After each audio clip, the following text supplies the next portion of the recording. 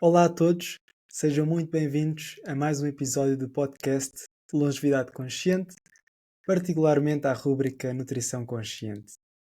Hoje vamos tentar perceber melhor qual é que é a relação entre o consumo de açúcar e o risco de cancro. Vou então partilhar uma breve apresentação. Será que o açúcar alimenta o cancro? Vamos tentar perceber. Antes de mais nada, é importante perguntar o que é que são os açúcares. Os açúcares são um grupo pertencente aos hidratos de carbono, sendo que os hidratos de carbono podem ser divididos consoante o tamanho dessa molécula, desse macronutriente. No caso dos hidratos de carbono simples, ou também chamados de açúcares simples, são, no fundo, os hidratos de carbono mais pequeninos, que são constituídos ou por monossacarídeos ou por disacarídeos, respectivamente um só pedaço, digamos assim, de açúcar ou dois pedaços de açúcar.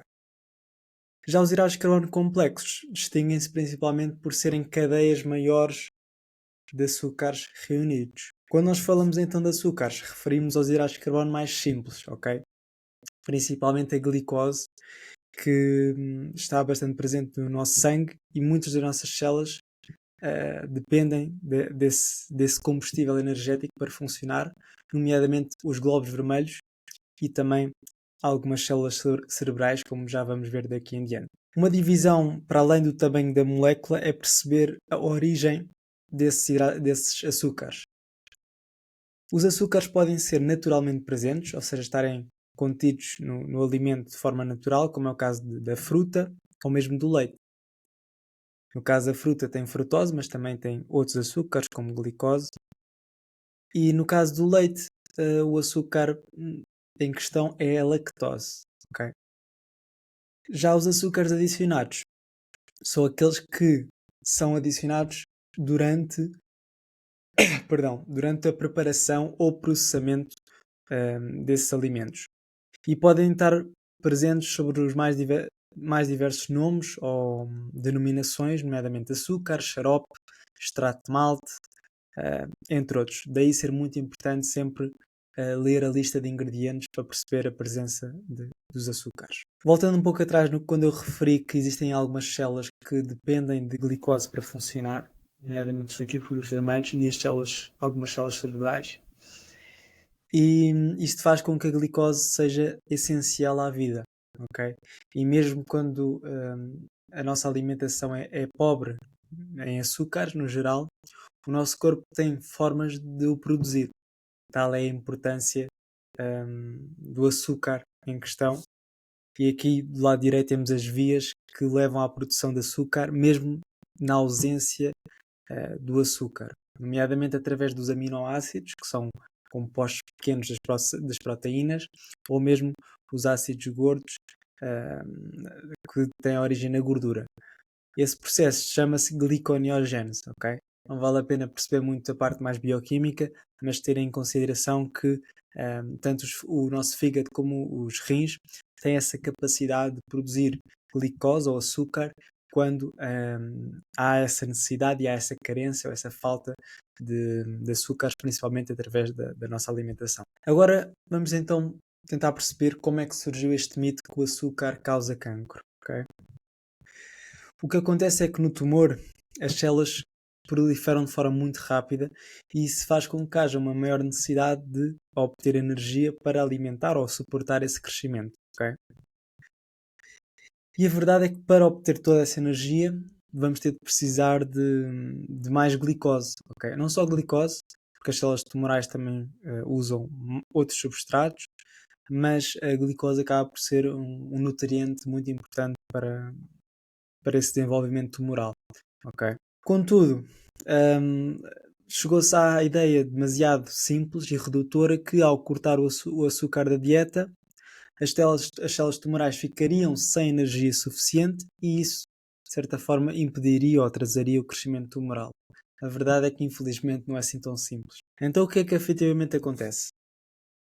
Ou melhor, como é que há esta interação entre o consumo de açúcares e o cancro? É verdade que o elevado consumo de açúcares adicionados, principalmente, e também quando associado a um contexto de excedente calórico, quando estamos a consumir muita energia sob a forma de calorias face àquilo que são as nossas necessidades, Isso pode levar a um risco aumentado de ter sobrepeso ou obesidade. Ok?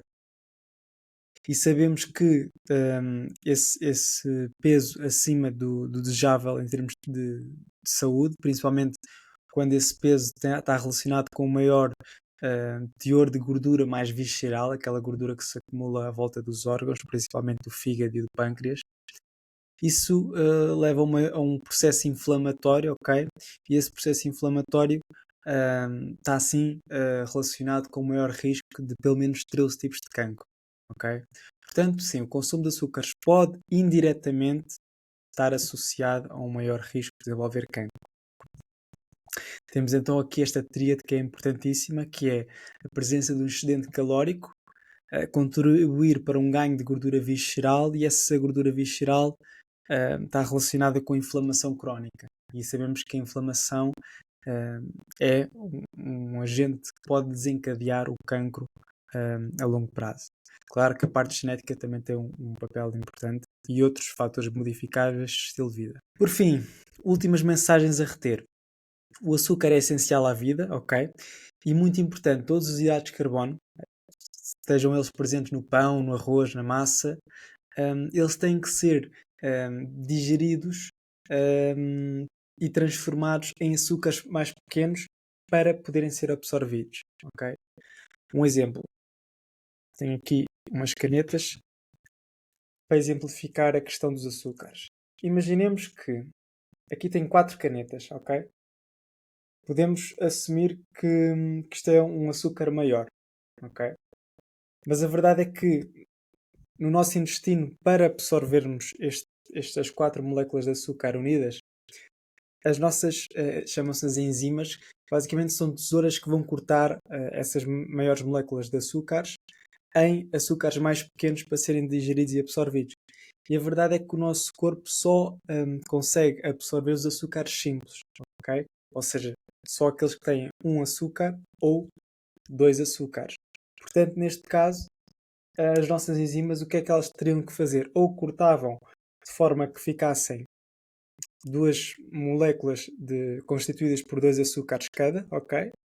Ou 4 separadas, ok? Desta forma, ao ter um monossacarídeo ou um disacarídeo, como vimos nos primeiros slides, só assim é que esses açúcares podem ser absorvidos.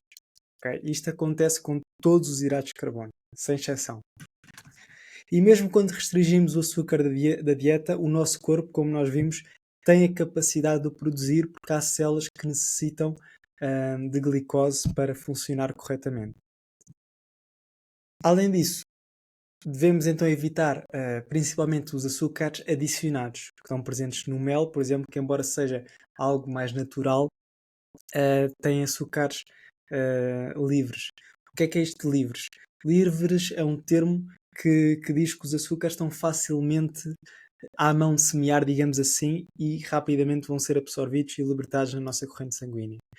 E embora seja uma fonte mais natural de açúcares, a verdade é que leva a esse aumento rápido de açúcar no sangue e isso não é tão interessante. Portanto, mesmo o mel sendo ou outros xaropes mais naturais, digamos assim, embora não sejam adicionados em termos de açúcares e serem naturalmente presentes, a verdade é que também devemos limitar esse consumo e o mesmo se aplica, por exemplo, a sumos de fruta, que até um copo por dia pode perfeitamente ser parte da nossa rotina saudável, mas convém ter alguma moderação.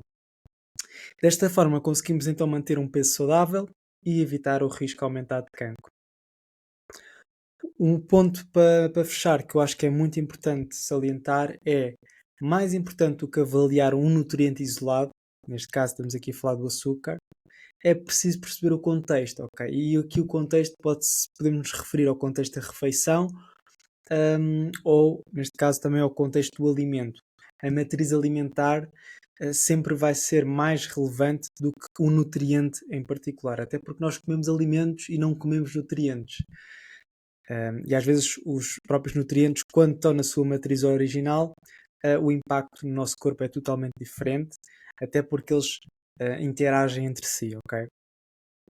E claro que então devemos privilegiar fontes mais naturais de açúcares, nomeadamente os açúcares que estão presentes na fruta, por exemplo, que para além de açúcar também nos aportam nutrientes muito importantes, como no caso de fibra, vitaminas, minerais e outros nutrientes que são essenciais para a nossa saúde e longevidade.